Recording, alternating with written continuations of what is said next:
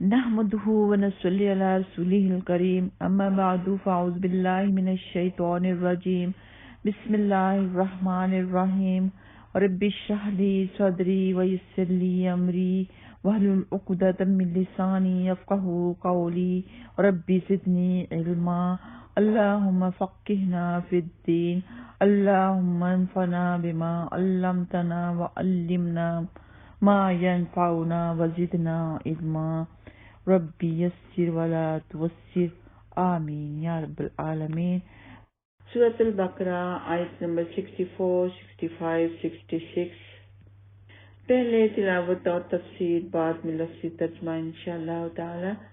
ثم تولیتم من بعد ذلک فلولا فضل اللہ علیکم ورحمتہ لکنتم من الخاسرین۔ وَلَقَدْ عَلِمْتُمُ الَّذِينَ اعْتَدَوْا مِنْكُمْ فِي السَّبْتِ فَقُلْنَا لَهُمْ كُونُوا قِرَدَةً خَاسِئِينَ فَجَعَلْنَاهَا نَكَالًا لِمَا بَيْنَ يَدَيْهَا وَمَا خَلْفَهَا وَمَوْعِظَةً لِلْمُتَّقِينَ۔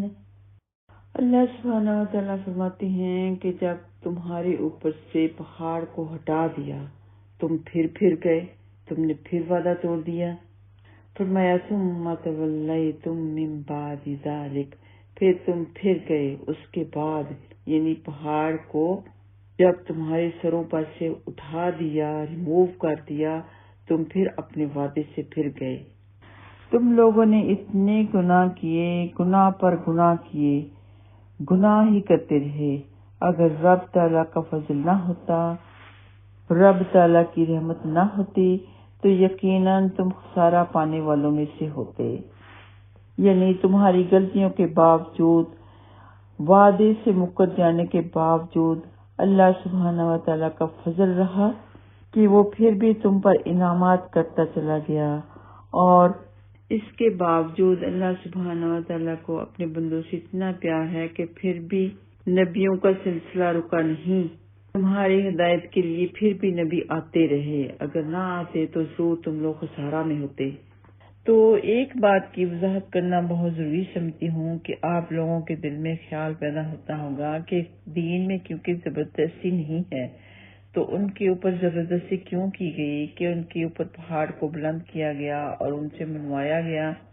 کہ مضبوطی سے اللہ تعالیٰ کی کتاب کو پکڑو۔ فرمایا ایمان لاؤ، بات مانو، جو اس میں ہے اس پر عمل کرو، اگر ایسا نہیں کرو گے تو تم پر پہاڑ گرا دیا جائے گا۔ ان پر زبردستی کیوں کی گئی؟ انہیں زبردستی مان لانے کے لیے کیوں کہا گیا؟ تو اس سوال کا جواب یہ ہے کہ زبردستی ایمان لانے پر نہیں ہے۔ جو بے دین ہے انہیں زبردستی دین پر نہیں لایا جا سکتا، وہ اپنی مرضی سے ہی دین قبول کرے گا، اسے مجبور بالکل بھی نہیں کیا جائے گا۔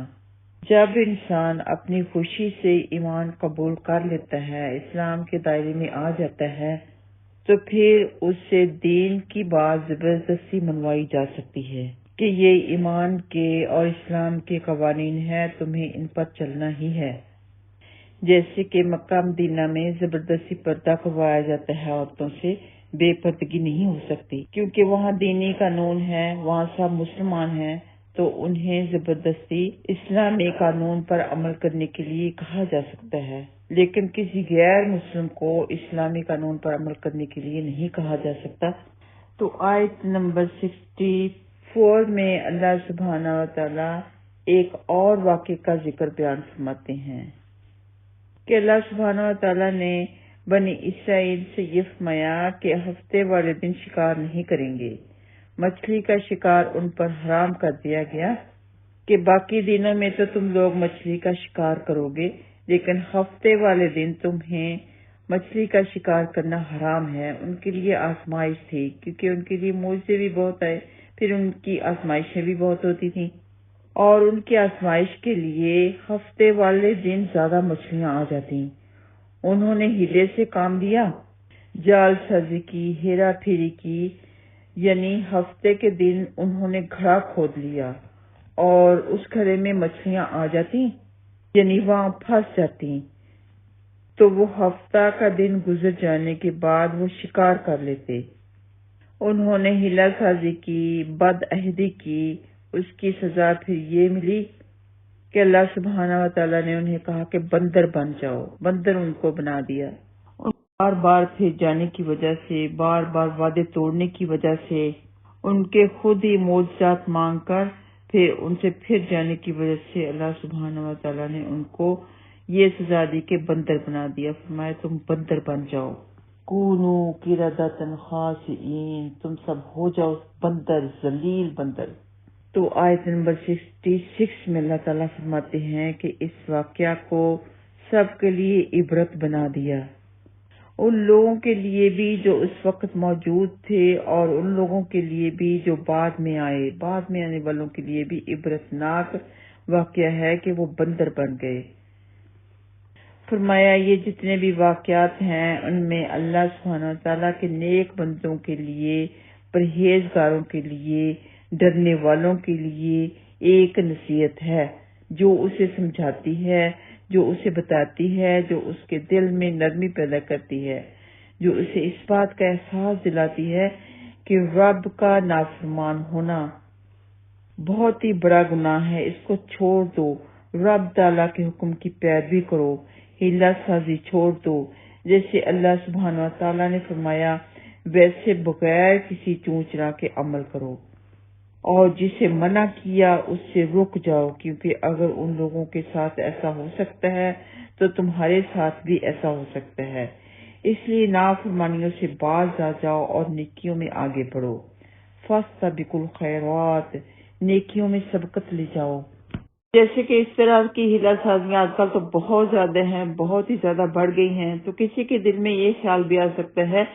کہ اتنی سی غلطی پر اتنی بڑی سزا کہ ان کو بندر بنا دیا گیا، اتنا بڑا ظلم۔ تو اللہ تعالیٰ کسی پر ظلم نہیں کرتے، وہ شریعت کا مذاق اڑاتے تھے، نافرمانی پر نافرمانی تو کرتے ہی تھے، تو شریعت کا مذاق اڑانا بھی ان کی فطرت تھا۔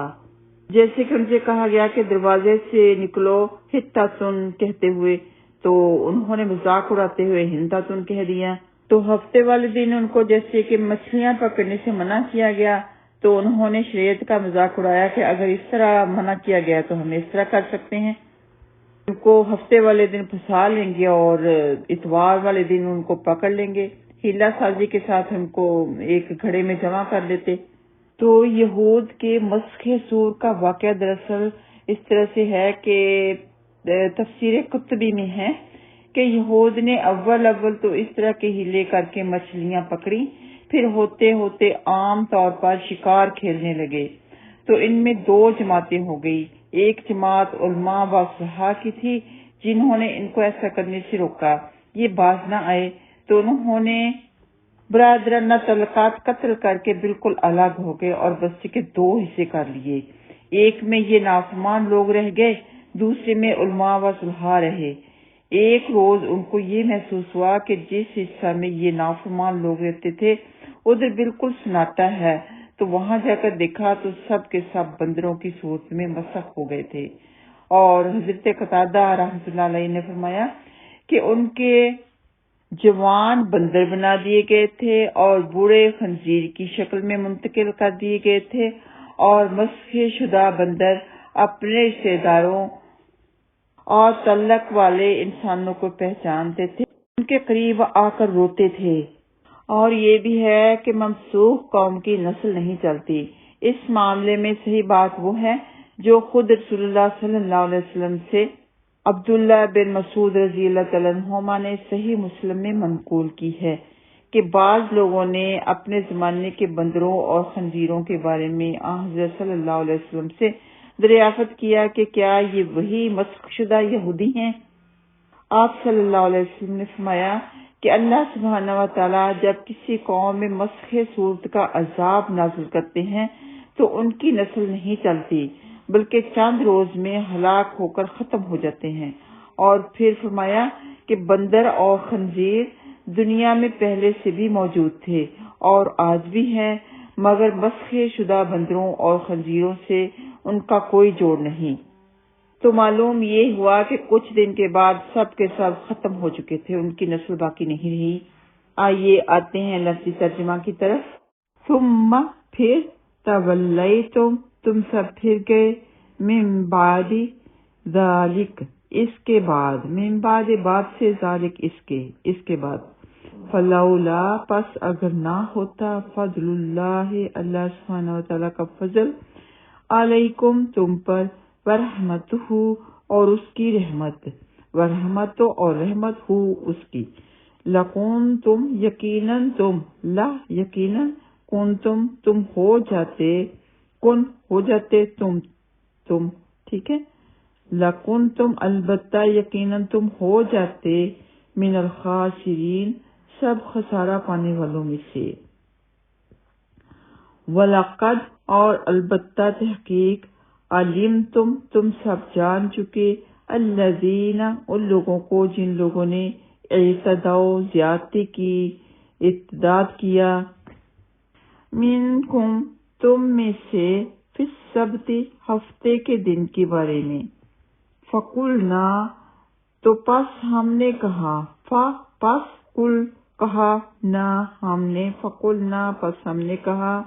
لہم ان سے، کونو تم سب ہو جاؤ، قردۃ بندر، خاسئین ذلیل سب ذلیل بندر ہو جاؤ، فجعلناہا پس بنایا ہم نے اس واقعہ کو، فجعلنا پس بنایا ہم نے، ہاں اس کو یعنی اس واقعہ کو، نکالا عبرت، لما اس کے لیے جو، بینا یدیہا اس کے سامنے، وما اور جو، خلفہا اس کے پیچھے تھے، یعنی جو ان کو دیکھ رہے تھے ان کے لیے بھی عبرت تھی، اور جو ان کے بعد آئے تو ان کے لیے بھی عبرت ناک واقعہ ہے، وموعظۃ اور نصیحت بنایا، للمتقین پرہیزگاروں کے لیے، یعنی پرہیزگاروں کے لیے بہت بڑی نصیحت ہے۔ اللہ تعالیٰ کے احکام میں، شریعت میں کوئی ہلا سازی نہیں کرنی، جیسے حکم دیا گیا ہے ویسے ہی کرنا ہے، اور اپنے دین کو مذاق نہیں بنانا۔ اللہ سبحانہ و تعالیٰ سے دعا ہے کہ جو کوئی بھی ہلا سازی، ہیرا پھیری کرتا ہے، سب کو اللہ سبحانہ و تعالیٰ صحیح دین کی توفیق عطا فرمائے۔ اللہم اہدنا الصراط المستقیم، وآخر دعوانا ان الحمد للہ رب العالمین۔ السلام علیکم ورحمۃ اللہ وبرکاتہ۔